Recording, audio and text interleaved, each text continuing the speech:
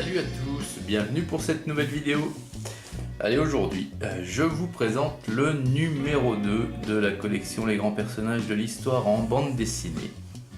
Vous savez, c'est cette collection qui est éditée par Le Monde et qui retrace la vie des plus grands personnages de l'histoire ayant existé, le tout en bande dessinée. Alors, je vous avais présenté le numéro 1 Bonaparte, et puis là, je vais vous présenter le numéro 2 qui est Vercingétorix. Alors tout le monde a plus ou moins entendu parler de Vercingétorix à un moment de sa période scolaire, tout du moins.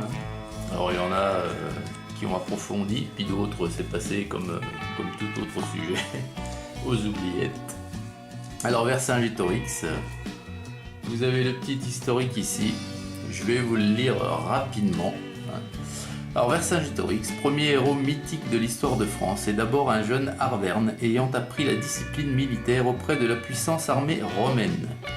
De retour dans sa tribu et malgré les réticences des nobles, il déploie ses talents tactiques et son éloquence pour unir les peuples de la Gaule et repousser l'envahisseur romain. Fier, courageux, discipliné et ingénieux, Vercingétorix incarne pour les célèbres légions l'un de ses plus terribles adversaires, mais sans cesse il est confronté à un stratège plus redoutable encore, Jules César. Alors effectivement, c'est très bien résumé. Ce qu'il faut retenir de ce personnage-là, Vercingétorix, c'est qu'il a été le seul à pouvoir faire ce que bon nombre de chefs de tribus pensaient tout bas, c'est-à-dire se lever et essayer de bouter l'envahisseur romain hors de la Gaule. Et pour faire, il a réussi là aussi quelque chose de très grand, puisqu'il a réussi à unir une grosse partie des peuples de la Gaule. Alors malgré leurs différends, malgré leurs conflits anciens ou actuels, il a réussi à faire cohabiter tout ça pour former une grande armée. Bon, pas tous les peuples, puisque vous savez que comme dans toute relation occupant à occuper, vous aviez des peuples qui étaient à la solde de Jules César et qui n'ont jamais voulu rejoindre la coalition, entre guillemets. Donc il a réussi à faire ça, et puis il a gagné des grandes batailles dans cette guerre contre Jules César, mais au final, voilà quoi, au final on sait tous comment ça s'est fini à Alésia. Et bien voilà quoi, il a au final failli, et il est mort comme un chien, prisonnier dans une prison de Rome, après avoir été présenté comme un trophée par Jules César, d'après les gravures, d'après ce qu'on a pu lire, d'après toutes les infos, accroché derrière le char, avec des chaînes derrière le char de Jules César pendant le défilé de la victoire justement de Jules César sur les Celtes. Donc voilà, ça nous raconte cette histoire-là. Alors les dessins de cette BD sont toujours aussi sympathiques. Alors la dernière fois je vous ai raconté une bêtise, à chaque BD bien sûr on a des dessins, des dessinateurs différents. Et puis bah oui, parce que chacun a son sujet quoi. Celui qui dessine Bonaparte n'a peut-être pas le même ressenti pour dessiner Jules César ou Vercingétorix. Et vous voyez les dessins, moi je les trouve toujours aussi cool et toujours aussi attirants et attirants, et puis ils vous donnent envie de tourner la page quoi. Voilà.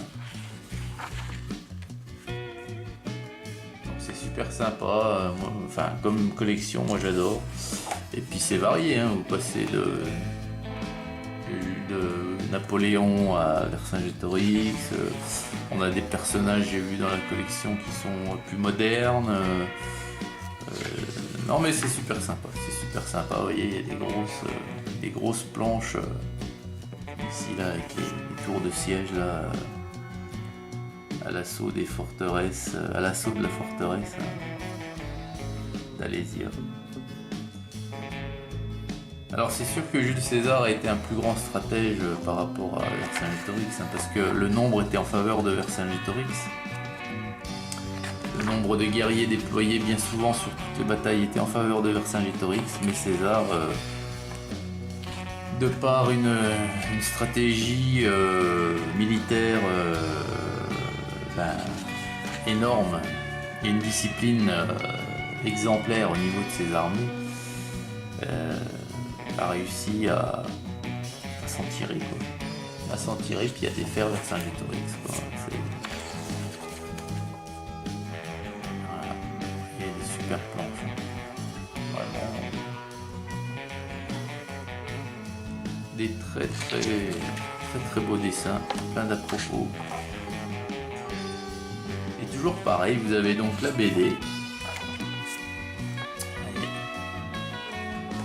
Et à la fin de la BD, vous avez ce qu'ils appellent le dossier. Voilà, le dossier.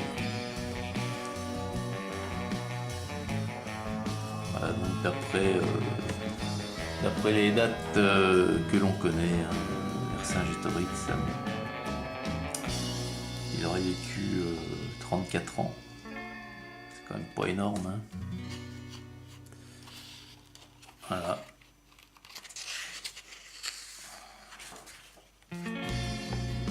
Alors c'est bien fait le dossier parce que vous avez des récits, des anecdotes, enfin des anecdotes à cette époque, je sais pas si, mais plutôt des récits, des synthèses, des analyses. Vous avez des cartes avec avec la Gaule celtique, enfin le monde tel qu'il était à ce moment-là, avec ses frontières qui ne sont plus celles d'aujourd'hui.